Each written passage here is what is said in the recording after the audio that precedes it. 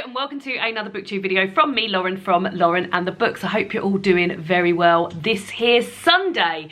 So today's video is a video, it's a new type of video on my channel. I'm hoping it will become a series, we'll see.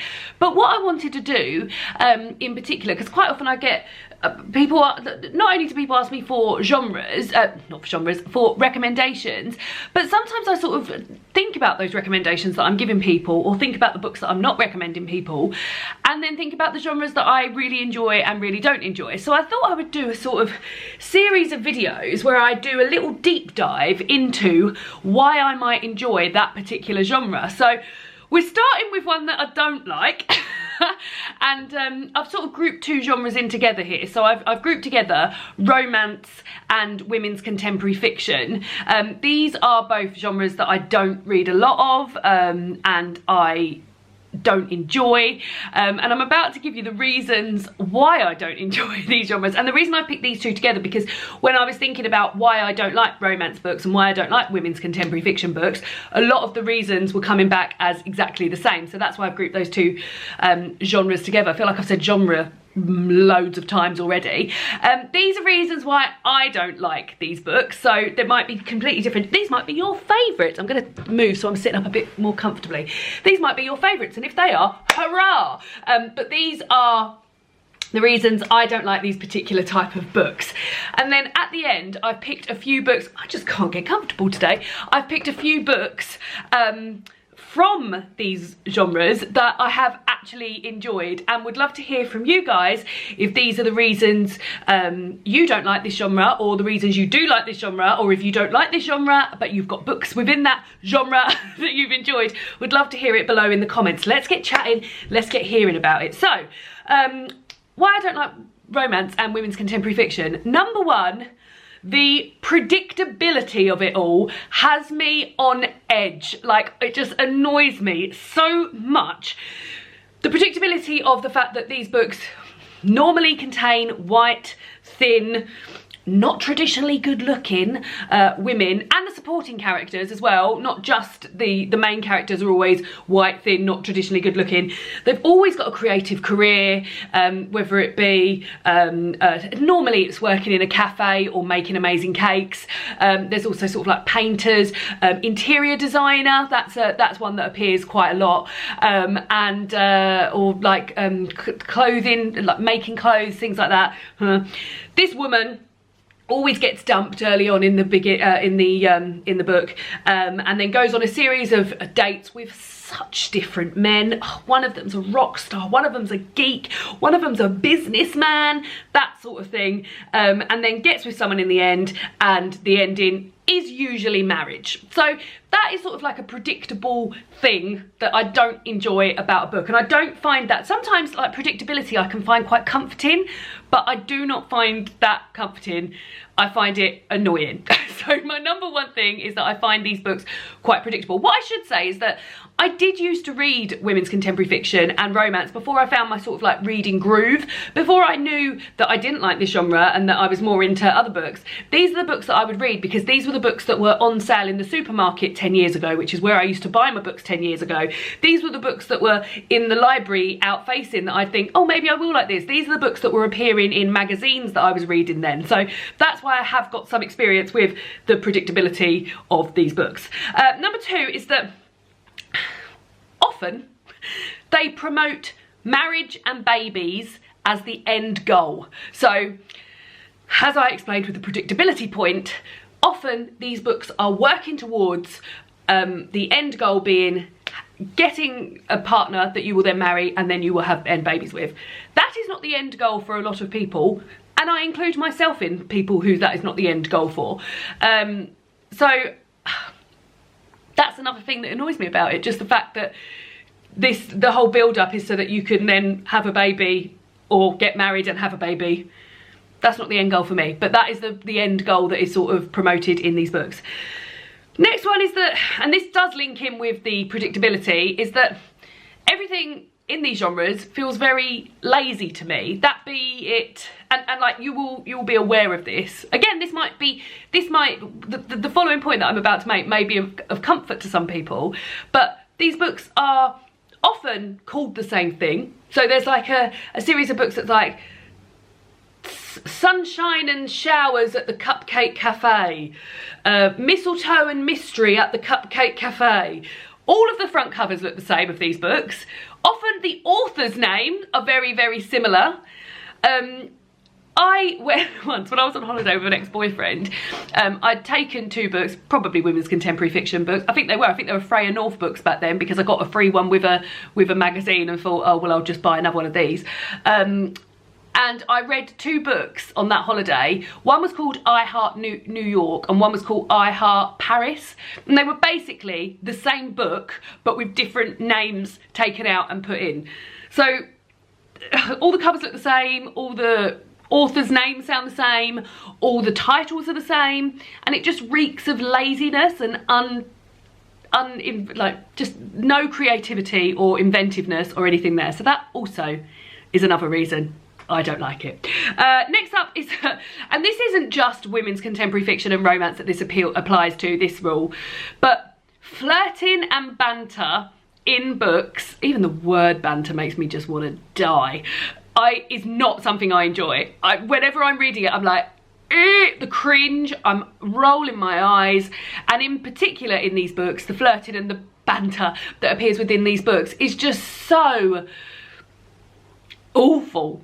And like the nicknames they give each other. I remember reading a book and someone being called Cupcake, and then her just loving that he'd called her Cupcake, and then looking into all the different cupcakes and buying a cupcake because he called her Cupcake, and just all of this just sort of fluff and ugh. And yeah, I'm not into reading sort of like sex scenes which are mainly gratuitous towards a male in these books as well, and yeah, I'm just not into reading flirting, banter, sex scenes that involve like male gratuitousness. But next up is that these books are unrealistic. I don't know anybody like the people in these books. I don't know anybody who has been dumped and then quit their job and moved to the Highlands of Scotland and then fallen in love with a man who's running a salmon farm there, for instance. Or like, I don't know anybody that has these personality traits that are displayed in these books, or even people that I can relate to. And it's not like I have to read a book and relate to the main character in that book to think, oh, I'm enjoying this book. But like, these people, either as a whole or even individual aspects of their personality, nothing in there can I relate to. Like, I don't know people like this. I can't relate to people like this. That is another reason. And then lastly, God, this has been a ranty video, but I'm sure people feel the same. I'm sure people don't feel the same, but I'm also sure people feel the same, is that these books are absolutely dripping, and I mean dripping, in privilege. Just, for instance, people being able to up and leave their jobs, move house, being able to go on dates every single day of the week without having to think about childcare, having to think about, oh, can I afford to go out for dinner every single night a week? Just people being good at jobs that they, so for instance, a book I've read which was called Christmas at Tiffany's involved and this, I read this when I had started BookTube, so I remember wrapping this book up on BookTube. Now, the reason I read this book is because I'd started a book club, and one of the girls in the book club had said to me, please read this book, it's my favourite book of all time, I really, really loved it, please, please, please. And every time I spoke to her or saw her, she was like, please, can you read this book? Have you read that book yet? I keep telling you to read that book, please, have you read it? It's so good, it's so good. I read it and I absolutely hated it, and I just had to, I think when I told her, because I didn't know her very well either, I was just like, oh yeah, I don't think it was my kind of thing. But within this book, so this woman, and this is not a storyline that you'll be unfamiliar with if you've read any women's contemporary fiction or romance, is that this woman got dumped. She lived in the Highlands in Scotland, and she got dumped. Her husband was cheating on her, of course, with her best friend, of course, who seemed really nice but was completely toxic. And then she spent 4 months of the year, so this all happened, of course, this all happened on New Year's Eve. So she spent the first 4 months, she upped and moved to, let's say, I mean, I remember it, Paris, and worked as an interior designer. Then she moved to Cornwall and worked in a cafe. Then she moved to New York and worked I can't remember even what that was, but it was another creative job. And she was absolutely fantastic at every single one of these jobs that she went to. Who does that? Who is absolutely fantastic at every single job that they go to? I'm not even absolutely fantastic at the job I do now. Like, to have like just the panache to just pull it off. Yeah, money, seemingly no object, able to just move wherever she wants, go wherever she wants, unlimited childcare, and the ability to just simply fall pregnant at the end of the book. There's no sort of like concern about not being able to fall pregnant. That's just going to happen. I'm going to get married and have babies. So those are some reasons that I do not like women's contemporary fiction and romance. If you like the genre, please tell me what you like about these books. I'm interested to hear. If you don't like the genre, tell me. Let's get chatting, let's get chatting. Let's keep it nice though, guys. But within that, I have picked some books that I have not even just thought was okay, like some books that I've really, really loved that I think fit into these genres, into the genre of romance or women's contemporary fiction. The first ones are Bridget Jones's Diary. Number 1, Bridget Jones's Diary, and number 2, The Edge of Reason. Now, the only thing that I sort of think that these books do that enable me to, so sort of like if I'm looking at those 6 points, if I'm sort of like looking at points within there and relating them to here, is that I think that although completely privileged, Bridget is completely privileged, she's got a creative job working in publishing, she sort of lives in central London. A lot of them live in central London as well, don't they? The main characters live in central London. Quite predictable. She ends up with the man that she wants in the end, and marriage is in there. Marriage is alluded to. Again, covers look quite similar.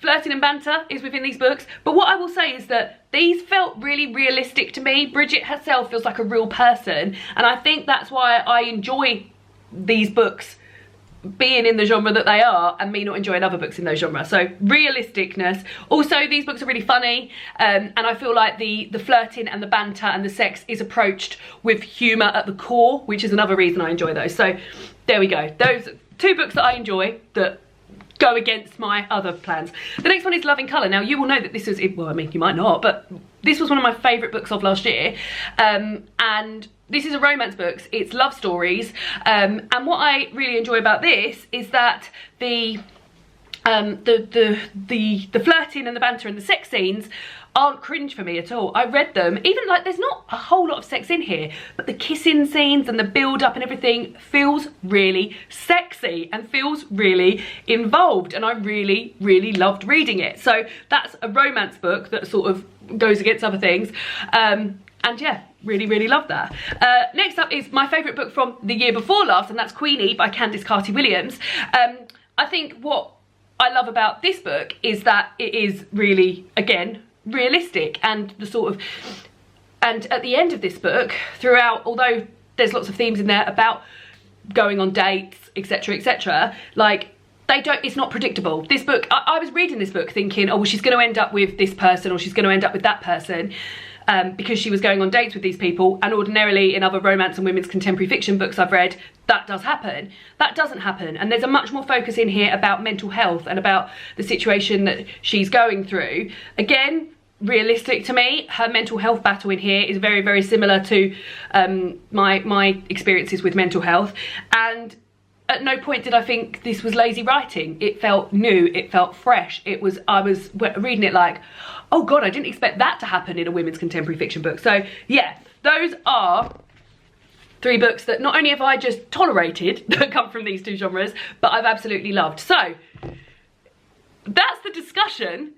Let me know how you feel about women's contemporary fiction, about romance. If this isn't a genre you enjoy, let me know below books that you have read in this genre that you've enjoyed. And yeah, let's have a chat about it in the comments. And I'll see you all again soon for another booktube video. Goodbye!